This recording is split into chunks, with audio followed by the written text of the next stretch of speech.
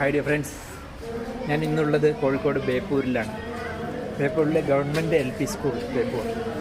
ഇന്നിവിടെ ഒരു ഫംഗ്ഷന് വേണ്ടി, ഒരു പ്രത്യേക പരിപാടിക്ക് വേണ്ടി വന്നതാണ്.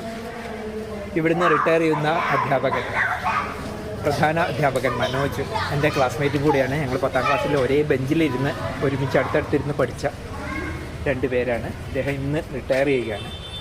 ഞങ്ങളെല്ലാ കൂട്ടുകാരും കൂടിയിട്ട്, അതായത് ഞങ്ങൾ FC റണ്ണേഴ്സ് എന്ന് പറഞ്ഞ ഗ്രൂപ്പാണ്.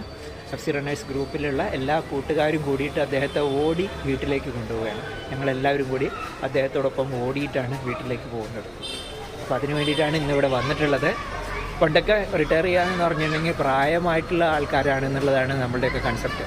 പക്ഷേ ഇപ്പോൾ അങ്ങനെയല്ല. 55 വയസ്സ് എന്ന് പറയുന്നത് വളരെ യങ് ആയിട്ടുള്ള ഒരു ഏജാണ്. റിട്ടയർ ചെയ്തിട്ട് ഓടിയിട്ടാണ് വീട്ടിലേക്ക് പോകുന്നത്. ഇനി അങ്ങോട്ട് ഓടാൻ തന്നെയാണ് തീരുമാനം. അപ്പോൾ മനോജ് മാഷെ സ്വീകരിച്ച് ആനയിച്ച് വീട്ടിലേക്ക് കൊണ്ടുപോകാൻ വേണ്ടിയിട്ടാണ് ഇന്നിവിടെ വന്നിട്ടുള്ളത്. അപ്പോൾ പ്രായമാകുമ്പോഴും യുവത്വത്തോടു കൂടിയിരിക്കുക. Age young. 8, 7, 6, 5, 4, 3, 2, 1.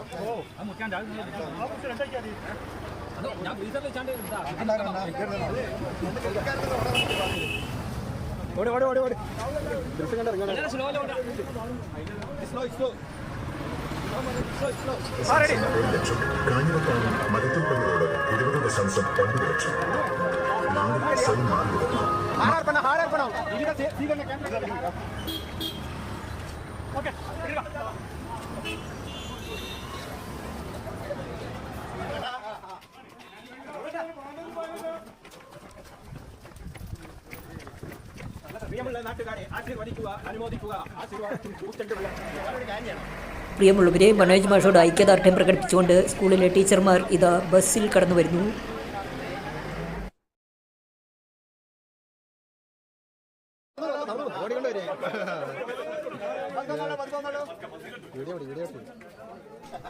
അപ്പോൾ ഡിയർ ഫ്രണ്ട്സ്, ഞാൻ ഒരിക്കൽ കൂടി ഓർമ്മിപ്പിക്കുന്നു, റിട്ടയർമെൻറ്റ് ഒന്നിൻ്റെയും അവസാനമല്ല.